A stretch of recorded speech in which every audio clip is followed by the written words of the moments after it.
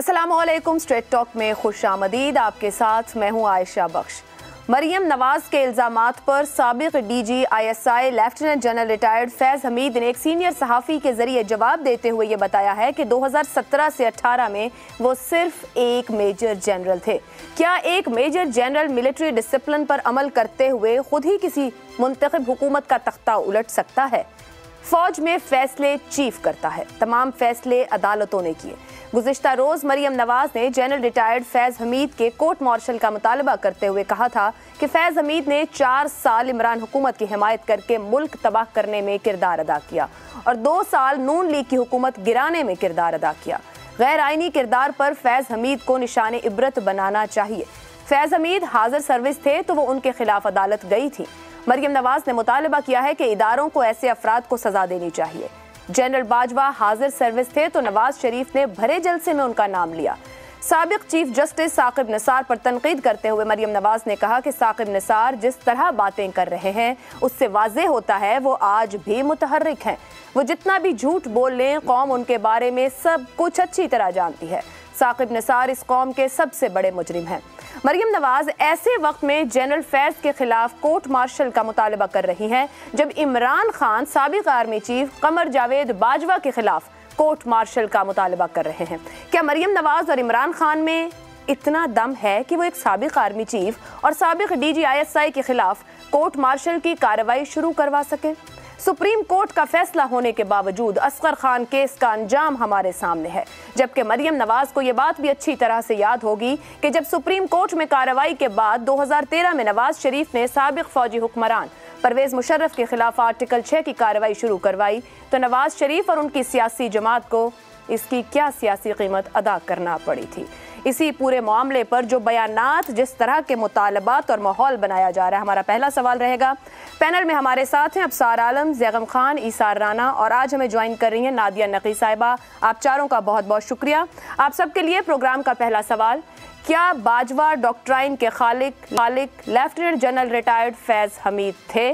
अबसार Sahib, your से।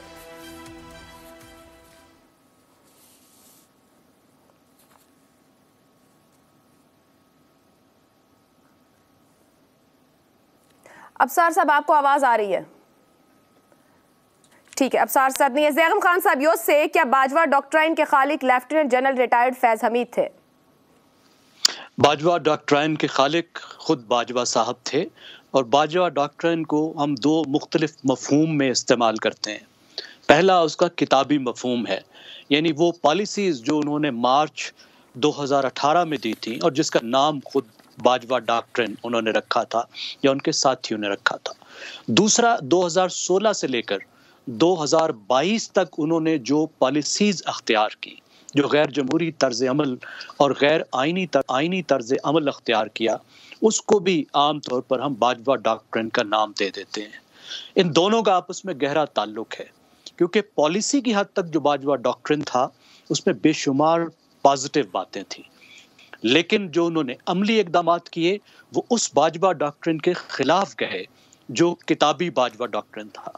मसलन Bajwa doctrine में यह कहा गया, किताबी बाजवा डॉक्ट्रिन में यह कहा गया कि पाकिस्तान को सियासी इस्तेकाम की ज़रूरत है, लेकिन उनके अमली इक़दामात ने मुसलसल पाकिस्तान को अदम इस्तेकाम का शिकार किया। बाजवा डॉक्ट्रिन में यह कहा गया कि पाकिस्तान में मईशत को अव्वलियत दी जाएगी, हम जियो स्ट्रेटजी से जियो इकानमी की तरफ जाएंगे, लेकिन जिस तरीके से एहतसाब के निज़ाम को इस्तेमाल किया गया उसके नतीजे में पाकिस्तान की गवर्नेंस पर जो असर पड़ा, उसके नतीजे में जिस तरीके से पाकिस्तान की जो सिविल सर्विस है वो मुअत्तल होकर रह गई, बिजनेस जिस तरीके से खौफजदा हुआ और सियासी अदम इस्तेकाम के नतीजे में भी जिस तरह मईशत पे असर पड़ा, वो भी बाजवा डॉक्ट्रिन के कुल्ली तौर पे खिलाफ था। रीजनल कनेक्टिविटी की बात की गई, लेकिन फिर जाते जाते उन्होंने जो किया, आपने देखा कि फैज़ साहब ने जिस तरीके से डायरेक्ट तालिबान के साथ, अफगान तालिबान के साथ और TTP के साथ मुज़ाकरात किए, जिसमें पूरी तरह से हुकूमत को एतमाद भी नहीं लिया, उसके नतीजे में एक बार फिर से दहशतगर्दी की रिवाइवल हुई और रीजनल कनेक्टिविटी भी मुश्किल में पड़ गई। अब हम जनरल फैज़ हमीद साहब का जो किरदार है इसमें उसकी तरफ आते हैं। देखिए, जनरल फैज हमीद जिस पर इल्जामात मरियम नवाज लगा रही हैं वो आईएसआई के अफसर का नाम है, जो पहले इंटरनल विंग के हेड थे, उसके बाद वो आईएसआई के चीफ बने। मरियम नवाज साहब जानती होंगी आईएसआई फौज का हिस्सा नहीं है, फौज का उस पर बहुत ज्यादा कंट्रोल जरूर है, लेकिन वो बाकायदा फौज का हिस्सा नहीं है, वो एक सिविलियन इदारा है जो वजीर आजम के मातहत है, कम से कम किताब के तहत। तो अगर आईएसआई के सरबराह का मुआखजा करना है तो मेरा नहीं ख्याल कि फौज के पास जाने की जरूरत है। सिविलियन हुकूमत एक सिविलियन अदारे के तौर पर ये एक असूली बात है, अमल में काम बहुत मुश्किल होगा, लेकिन जाहिर सी बात है दूसरा काम कौन सा आसान है, कोर्ट मार्शल कौन सा आसान है, लेकिन पहला काम तो ये है। अब दूसरी बात है कोर्ट मार्शल की, वो तो फिर आपको फौज को कहना पड़ेगा। आप अपना काम खुद करने को तैयार नहीं है, आप में हिम्मत नहीं है कि मुआखजा करें, तो वो क्या मुआखजा करेंगे। लेकिन फैज साहब की जो सफाई है उसमें बिल्कुल कोई वजन नहीं है।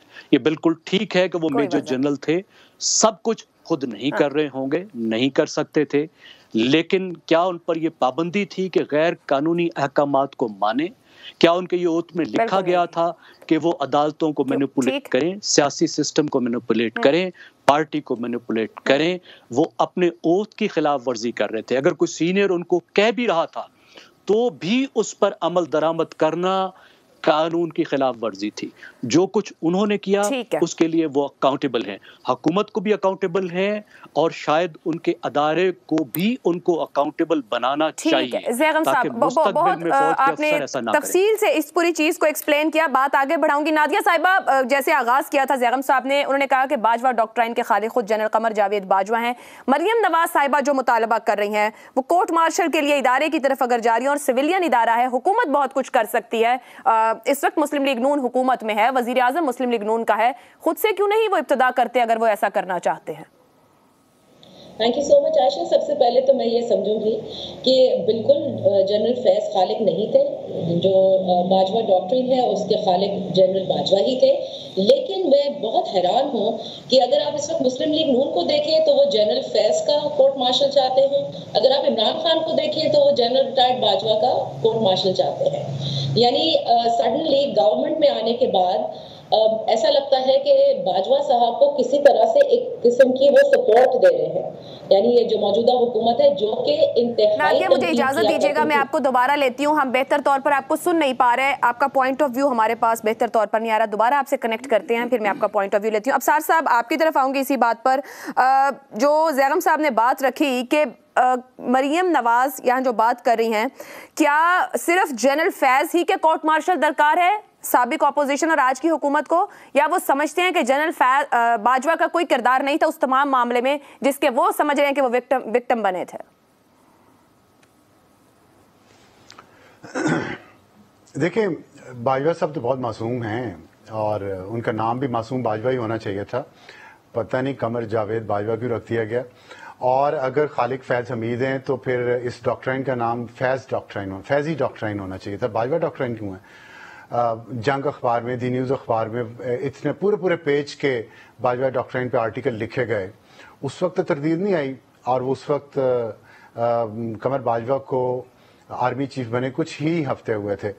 और मैं आपको एक बात बताता हूँ, खबर ही समझ लें आप, कि जिस वक्त जनरल बाजवा ने आर्मी चीफ का ओहदा संभाला तो कुछ ही दिनों के अंदर जो सबसे पहले उन्होंने सैकिंग की है वो DGISI रिजवान की और DGISPR जनरल आसिम सलीम बाजवा की थी, और वो उनकी जगह लेके आए जनरल नवीद मुख्तार को DGISI, लेकिन वो ज़ाहिर है एक पपेट DGISI थे।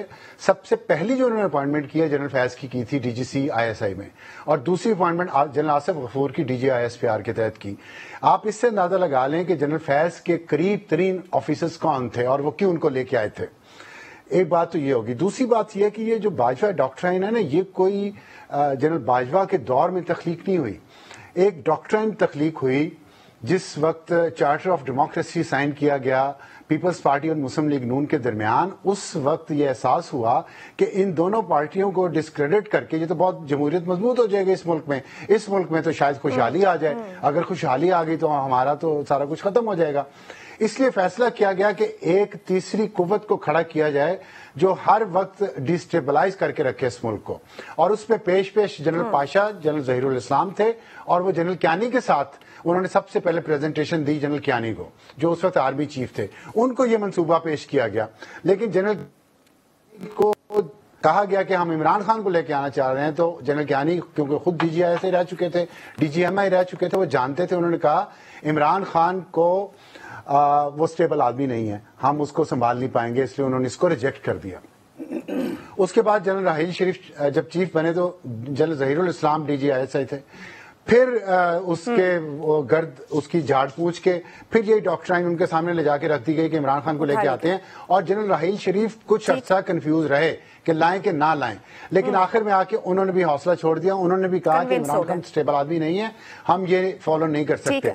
जब जनरल कमर जावेद बाजवा चीफ बने, जब ये मंसूबा पेश किया गया तो उन्होंने एक्सेप्ट कर लिया, क्योंकि उनका लालच ये था कि मैं एक्सटेंशन लूंगा, 6 साल हुकूमत करूंगा, सामने सिविलियन फेस रखूंगा, और अंदरों अंदर ही हम जो कुछ करेंगे, खाएं पिएंगे, मौज उड़ाएंगे। कलामी की माजरत, ये इससे थोड़ा सा मैं अपने वापस सवाल पर आना चाहूंगी। सर मेरा सवाल, क्योंकि मैंने ऊपर मरियम नवाज के बयान को पूरा कोट किया और साबिक DGI की तरफ से जो बयान दिया गया वो भी हमारे सामने मैंने रखा। सवाल आपसे यह है कि मरियम नवाज क्यों फिर से जनरल फैज हमीद को पिछले गुज़िश्ता कुछ दिनों से बार बार एक उनका नाम लेकर कि उन्हीं का कोर्ट मार्शल हो, उन्होंने गैर आईनी किरदार अदा किया, 4 साल इमरान हुकूमत की हिमायत की, easy to punch for political narrative है, इसलिए सिर्फ इस एक नाम को वो चुन रही हैं? क्यों?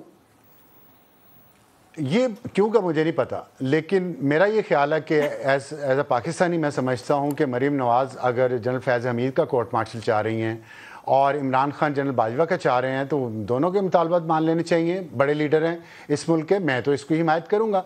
और जहाँ तक देखें, मैं आपका जो सवाल था ना, हुकूमत कर सकेगी, करना चाहिए, कर सकेगी से क्या मराद? यही तो सवाल, यही तो मसला है। जब हम ये कहते हैं कर सकेगी, इसका मतलब हमने हथियार डाल दिए हैं। इस मुल्क में फिर जमहूरियत नहीं है, आइन की हुकूमत नहीं है। सर हालिया तारीख है, नवाज शरीफ साहब ने कोशिश की, जज साहिबान फैसलों तक पहुंचे, फिर हम कहां पहुंचे? मसला तो जजेस का है ना, जिस पे आज आपने हमें मैसेज भिजवा दिया है कि आपने बात नहीं करनी सुप्रीम कोर्ट और हाई कोर्ट के जजेस पे, चाहे वो किसी को फांसी पे लटका दें, चाहे वो किसी डिक्टेटर को या मिलिट्री जो है ख्वाहिशात रखने वाले उनको जितना मर्जी प्रोटेक्ट करें, सियासी लीडरों को जितना मर्जी वो रगड़ दें, उनके खिलाफ फैसले ले लें। हमने उस पर बात नहीं करनी, तो मैं नहीं कर सकता। लेकिन बाजवा डॉक्ट्राइन का खालिक फैज़ हमीद नहीं था, लेकिन इसका ये मतलब नहीं है कि फैज़ हमीद का कसूर कोई नहीं था।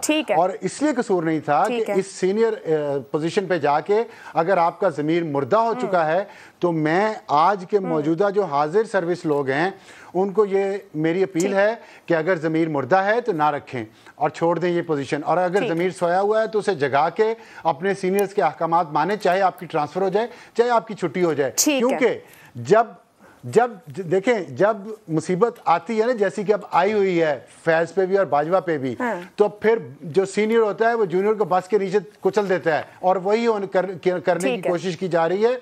चले ठीक है, आगे बढ़ेंगे, वक्त की कमी है अफसार साहब, फिर बाकी लोगों को भी शामिल करना है, लेकिन हाँ अच्छी बात अभी कि सबसे पहले ज़मीर तलाश कर लें। नादिया साहिबा आपके पास आऊंगी, क्या 2 जमातों की जानिब से 2 साबिक जनरल्स के कोर्ट मार्शल की बात हो रही है, कोई इस तरफ बढ़ेगा या ये सिर्फ सियासत के लिए बयानात हैं?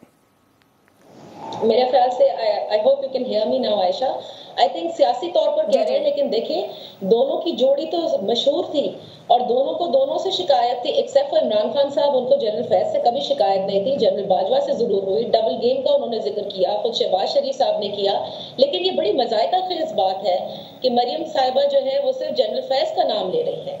गो कि मैं समझती हूँ कि खालिक जो है वो जनरल फैज नहीं थे, लेकिन जैसे जैगम ने कहा कि अगर वो क्यों मान रहे थे इस किस्म की बातें, वो क्यों मैनेज कर रहे थे पॉलिटिकल पार्टीज को, वो क्यों मैनेज करते थे सेनेट के वोट्स में, क्यों मैनेज करते थे जब कोई बिल पास होना होता था, तो ये सारे वो सवाल हैं कि जिसका जवाब उनसे लेना चाहिए। दूसरी बात यह है कि इमरान खान साहब जो है वो जनरल बाजवा का कोर्ट मार्शल चाहते हैं। अब आप जब ये कह रही हैं कि दोनों का कोर्ट मार्शल होगा या नहीं होगा, तो मैं ये जरूर समझती हूँ कि जनरल फैज ने एक चीज जो सबके सामने है कि डिवीजन हमने देखा है कि बहुत जबरदस्त है। एक तो इसका मतलब कि जनरल कमर जावेद बाजवा साहब इतने वीक थे क्या कि वो कंट्रोल नहीं कर सके। अगर जनरल फैज जो है वो तजावुज कर रहे थे उन तमाम अहकामात से जो कि वो दे रहे थे, क्योंकि ये बात भी आया है कि जब वो पहले साथ थे, सेम पेज की स्टोरी थी, बाद में जब वो बैकआउट हुए तो उसके बाद भी ये सुनने में आता है कि सब फैज़याब होते रहे। अब भी हाल में अभी भी खबरें हैं कि शायद जनरल फैज जो है वो अभी भी किसी ना किसी तरह से वो मुंसलिक हैं, पीटीआई के लोगों से हैं, उनसे बातचीत करते हैं। लेकिन जहां तक बात है, अफसार साहब ये कह रहे हैं ना कि ये हम क्यों कहते हैं कि कर सकेगी या नहीं, हम क्यों नहीं कर सकते, ये अपनी स्पेस क्यों देते हैं। तो बात ये है कि मैं ये समझती हूँ कि स्पेस तो दी हुई है। ये वजह है स्पेस देने की कि आज पाकिस्तान मुस्लिम लीग नून जनरल कमर जावेद बाजवा रिटायर्ड का जिक्र ही नहीं करती, जबकि सबसे ज्यादा शिकायत तो नवाज शरीफ साहब को उनकी थी। गुजरावाला की स्पीच में जब उन्होंने सवाल उठाए थे, जिसके बाद वो खामोश हो गए थे, अब वो क्या नजरिया जरूरत के तहत उन पर कोई इल्जाम आयद नहीं करना चाहते, क्योंकि वहां से कहानी तो वहीं से शुरू हुई थी ना, और जो टॉप मैन है आपने उसी को करना है। अब इदारा तहकीकात करता है या नहीं करता, हमने देखा ये है। और जितने भी मेरी रिटायर्ड जनरल से कभी बात हुई है अपने प्रोग्राम्स में भी, तो वो ये कहते हैं कि चीफ ऑफ आर्मी स्टाफ जो रह चुके होते हैं, अनफॉर्चुनेटली उनको हमेशा सेव किया जाता है। बाकी जितने भी जनरल्स हो, जूनियर्स हो, उनको तो अंडर द बस फेंकने में कोई इतनी बड़ी प्रॉब्लम नहीं होती, लेकिन जो साबिक आर्मी चीफ हो उसको हर सूरत इंस्टीट्यूशन बचाती है। और माजी में इसकी एग्जाम्पल हमारे सामने है in the face of general retired Musharraf.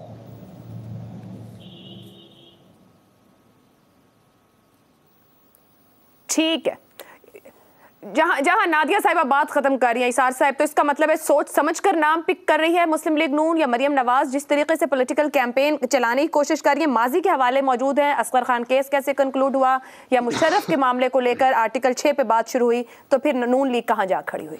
देखिए, पंजाबी में मुहावरा है कि डिग्या खोती तो गुस्सा को में आरते। आप में चूँकि सकत नहीं है कि आप उस तरफ मुँह करके फैज़याब कोई होता रहा, तो आपका भी कोई रश्के कमर रहा है ना, तो बराबरी की गेम थी। अब मसला ये है कि जो बात वो कह रही हैं जनरल फैज़ के हवाले से, वो ये है कि सियासी अमल में उन्होंने मुदाखलत की, इसलिए उनका कोर्ट मार्शल होना चाहिए। तो अगर यही होना है तो क्यों ना पहले हम अपने बुक्कल के अंदर बैठे हुए चोरों को देख लें, मंजी थले डांग फेर के देख लें। ज़ियाउल हक जिसने एक मुंतखब वज़ीर आज़म को फांसी दी और हम फिर उसकी जाके गोद में बैठ गए, जनरल जिलानी की गोद में हम जाके बैठ गए और इनसे सफ़र करते हुए हम यहाँ तक पहुँचे, तो फिर पीछे से ही शुरू कर देते हैं कि कहाँ से ये असल कहाँ से काम शुरू हुआ, और ठीक है फिर कर लेते हैं। दूसरी चीज़ ये मैं आपको एक बताऊँ कि इमरान खान ठीक है बाजवा साहब लेके आए, वो बाजवा डॉक्ट्राइन में वो बहुत पहले अफसार भाई ने जैसे कहा, मुझे ऐसा लग रहा था कि मैं आज आंखों देखा हाल सुन रहा हूँ, पहली बार सुना है? नहीं, इस तरह नहीं सुना। अच्छा। इतनी अच्छी कंटिन्यूटी के साथ।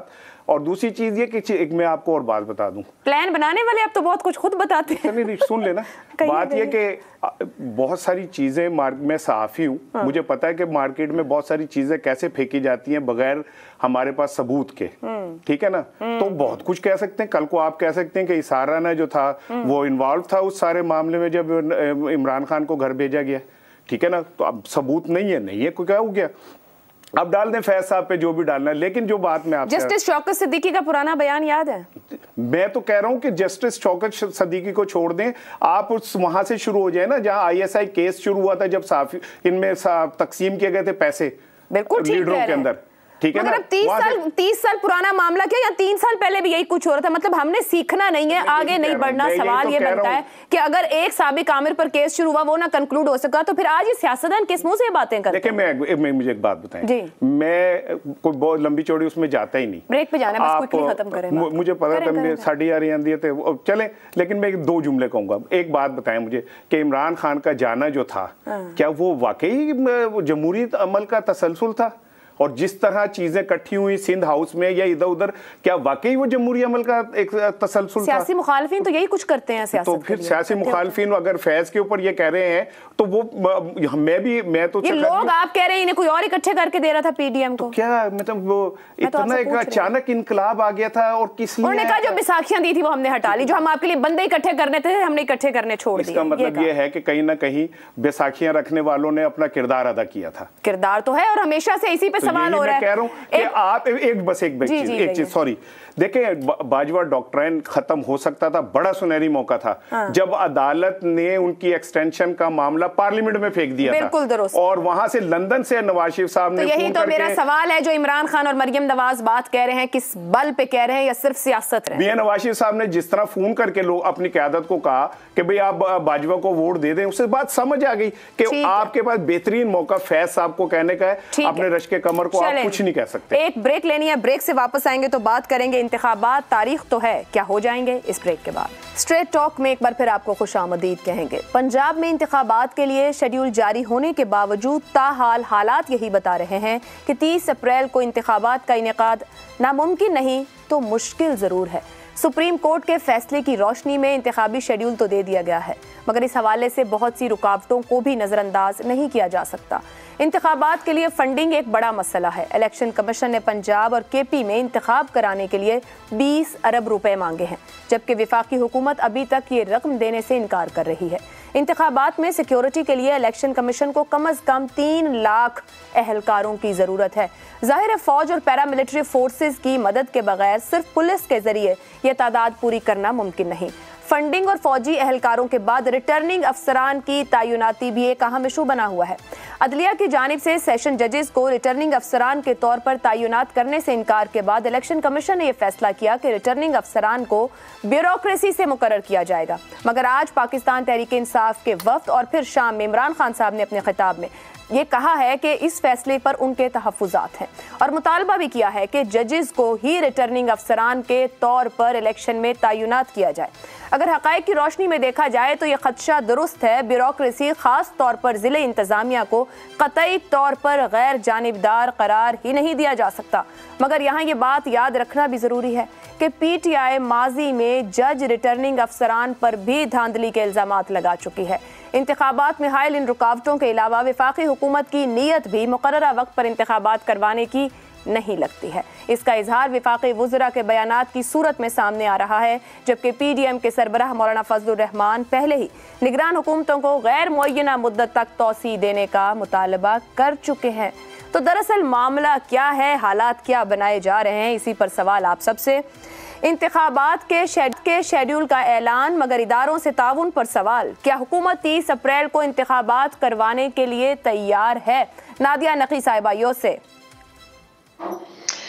मुझे तो नहीं लगता कि हुकूमत बिल्कुल तैयार है। नजर आ रहा है आपको इंतखाबी शेड्यूल का ऐलान भी हो गया है। फिर जितने भी पाकिस्तान मुस्लिम लीग नून के सीनियर रहनुमा हैं उनसे अगर आप सुने तो वो ये कहते हैं कि अगर आइन ये कहता है कि 90 दिन के अंदर इलेक्शंस होने हैं असेंबलीज के डिसॉल्व होने के बाद, तो यही आइन जो है वो और भी बहुत कुछ कहता है। जैसे कि सेंसस हो रहे हैं, सेंसस के जब तक कंप्लीट नहीं हो जाता, जब तक डीलिमिटेशन नहीं हो जाती, जब तक ये नामुमकिनात में से है। फिर जो बात जाहिर है कि जो सबसे ज्यादा पैसा रिक्वायर्ड है वो कैसे होगा, अभी तक आपकी तो स्टाफ लेवल एग्रीमेंट नहीं हुई है IMF के साथ, और मईशत की जो ज़बोहाली है वो आपके सामने। इस सब को भी अगर हम एक तरफ रखें तो मरियम नवाज साहिबा की जो बयानात हैं कि जब तक जो तराजू का पलड़ा बराबर नहीं हो जाता जब तक इंतखाबात नहीं हो सकते, यानी कि मियां नवाज शरीफ साहब के साथ जो वो समझती हैं कि ज्यादतियां हुई हैं, जब तक उसका अजाला नहीं होता जब तक इलेक्शन नहीं हो सकते। फिर PDM में आज आपने ये भी देखा कि कायरा साहब ने भी ये कहा कि अभी जो है वो इलेक्शंस होना बड़ा अजीब लगता है। वो भी ये समझते हैं कि तमाम इलेक्शन यानी कि पूरे आम इंतखाबात एक साथ होने चाहिए। अगर अक्टूबर में नहीं होते तो सितंबर में हो जाए, लेकिन मिल बैठ के इसका हल निकालना होगा। अच्छा, ये आवाजें हम पहले भी सुन रहे हैं कि कोई फाइनेंशियल इमरजेंसी लगाई जा सकती है।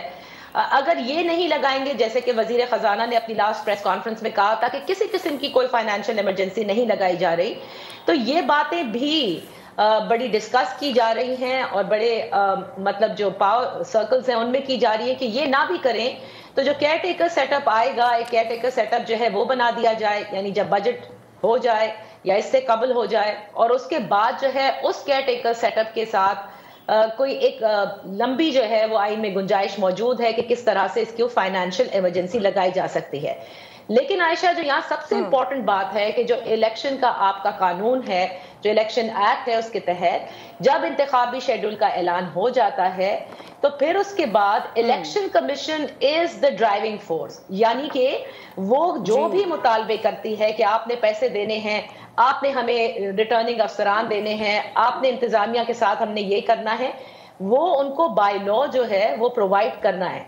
दूसरी बात आ जाती है सुप्रीम कोर्ट, जिनके कहने पर ये इलेक्शन की डेट फाइनली जो है वो सामने आई, या जिसे कहते हैं कि वो जो इलेक्शन का चांद है कम से कम पंजाब में तो नजर आ गया, खैबर पख्तूनख्वा में अभी एक फाइनल कंसल्टेशन के लिए 14 तारीख का इलेक्शन कमीशन ने बुला लिया है। उसमें आप ये देख लीजिए कि वही जो सुप्रीम कोर्ट है वो अगर रिटर्निंग अफसरान नहीं दे पा रहा, यानी जो अदलिया है वो नहीं दे पा रही, तो फिर आप इलेक्शन के बारे में कैसे बात कर रहे हैं? तो बिल्कुल आपकी बात सही है कि पहली बात यह है कि एक तो ये कि नामुमकिन नहीं तो मुश्किल जरूर है, लेकिन हुकूमत की इस वक्त कोई नीयत नजर नहीं आती। अब क्या होता है ये तो आने वाले वक्त में ही हमें पता चलेगा। आने वाले, बिल्कुल ठीक है। अब सर सब कुछ रीजंस पर नादिया साहिबा ने बात की, इमरान खान साहब ने भी आज गुफ्तगू की सीनियर सहाफियों से। वो कहते हैं इनका प्लान है कि इमरान खान गिरफ्तार या नहल हो, मतलब साइड पर हो, तो इंतखाब होगा। क्या ये भी कोई रीजन है? ये रीज़न हो सकती है, क्योंकि अगर एक मुखालिफ सियासी जमात का सरबराह रास्ते से हट जाता है और वो अपनी इलेक्शन कैंपेन नहीं चला सकता, तो उसका फ़र्क तो पड़ता है। जो हमने 2018 में देखा जब नवाज़ शरीफ को और मरीम नवाज़ को जेल में डाल दिया गया इंतखाबात से पहले। और दूसरी बात यह कि ये टिट फॉर टैट नहीं होना चाहिए। अगर इमरान खान पे जेन्युइन केसेस हैं तो उनको उन केसेस का सामना करना चाहिए और उन केसेस को एक जो उनका नेचुरल कोर्स है अदालतों के ज़रिए वो पूरा होना चाहिए। और अगर उसमें उनको सज़ा होती है तो क्या किया जा सकता है, इस पे तो मेरा नहीं ख्याल कि दो राय हैं। वो अलग बात है कि इमरान खान साहब अपने लिए एक प्रेफरेंशियल ट्रीटमेंट मांग रहे हैं, चाह रहे हैं और उनको दिया भी जा रहा है, लेकिन अदरवाइज़ तो कानून सबके लिए बराबर है। अगर किसी ने कोई गलत काम किया है तो उसको उसका हिसाब तो देना चाहिए।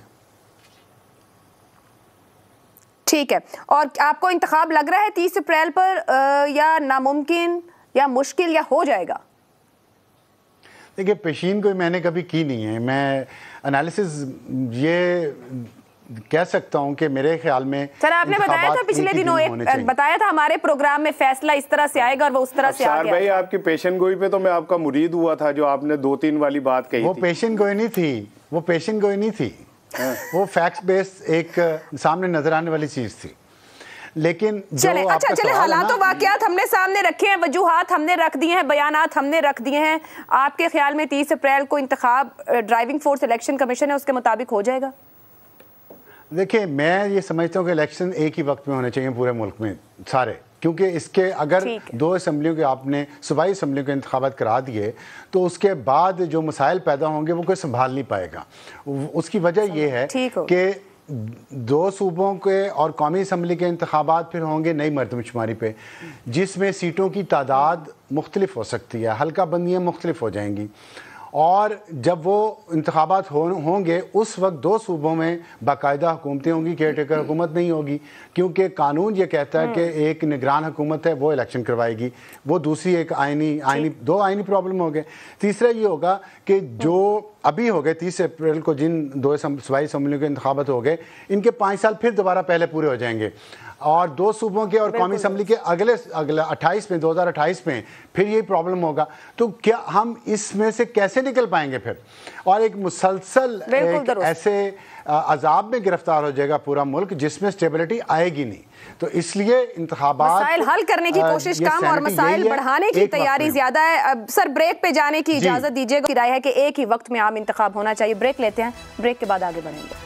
प्रोग्राम के आखिरी हिस्से में आपको एक बार फिर खुशामदीद कहेंगे। ज़ैगम खान साहब, 30 अप्रैल को इंतखाब, लेकिन एक मामला रिटर्निंग अफसरान का भी है, अदलिया से हो यानी कि जज हो या फिर ब्यूरोक्रेट, यहाँ पर भी तनाज़ा शुरू हो गया है। क्या मुमकिन हो पाएगा सब कुछ 30 अप्रैल को? आयशा साहिबा, पहली बात गुज़श्ता गुफ्तगू के हवाले से, पाकिस्तान एक फेडरेशन है और पाकिस्तान का आइन सूबे के वजीर आला को ये हक देता है कि वो सूबाई असम्बली को इंडिपेंडेंटली तोड़ दे, और कहीं ये शर्त नहीं रखी गई कि वजीर आला जब असम्बली तोड़ेगा तो पहले वजीर आजम से ये तय करेगा कि वजीर आजम भी असम्बली को तोड़े। अगर हम अपनी मर्जी की तशरीह लाते हैं और हम कहते हैं कि ऐसा होना चाहिए और वैसा होना चाहिए, जबकि आइन में वाज़े तौर पर लिखा है, तो फिर हमें क्या हक है कि परवेज़ मुशर्रफ पर हम तनकीद करें और हम तनकीद करें उन जजों पर, साकिब निसार जैसों पर, जिन्होंने आइन को पसे पुश्त डाला। आइन में ये बात बहुत वाज़े है। इस वक्त पाकिस्तान मुस्लिम लीग नवाज एक खतरनाक खेल खेल रही है, और ये बात आप लिख लीजिए कि इसका सबसे ज्यादा नुकसान खुद मुस्लिम लीग नवाज को होगा।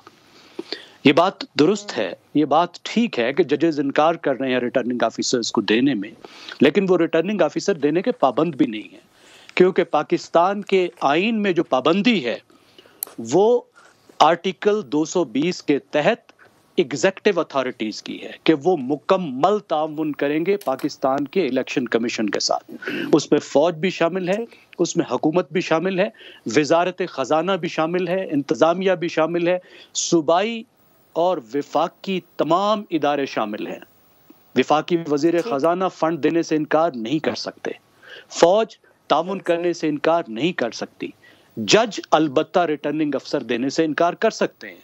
उसके लिए हो सकता है आपको जो लोग हैं वो इंतजामिया से लेने पड़े, वो भी स्टेट के लिए काम करते हैं। ना जज दूध के धुले हुए हैं और ना ही इंतजामिया से आने वाले लोग कोई गुनाहगार और बदकार हैं, वो भी अकाउंटेबल हैं।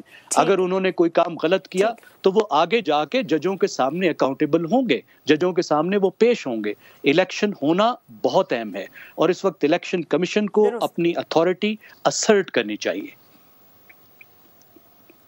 ज़ैगम साहब ने बड़ा खुलकर बता दिया कि ये इलेक्शन होना और अपने वक्त पर होना क्यों ज़रूरी है और कैसे इसार साहब, आपके ख्याल में ये जो मुतालबा है ये मुतनाज़े बन सकता है या स्मूथ हम 30 अप्रैल की तरफ जाएंगे? लेकिन ज़ैगम भाई ने बहुत इंपॉर्टेंट बात की है, और मैं ये समझता हूँ कि सुप्रीम कोर्ट पे हमले के बाद मुस्लिम लीग नून जो है वो आइन पे हमला कर रही है।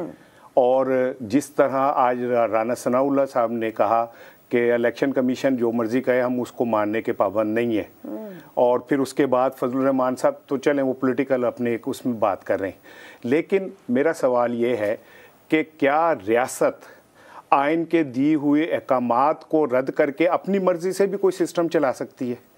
क्या अगर आइन कहता है 90 दिन, राना सनाउल्लाह कहते हैं कि आइन में 90 दिन ही नहीं सिर्फ लिखा हुआ, लेकिन अगर आइन में कैटेगोरिकली लिखा हुआ है तो फिर उससे आप आगे पीछे नहीं जा सकते।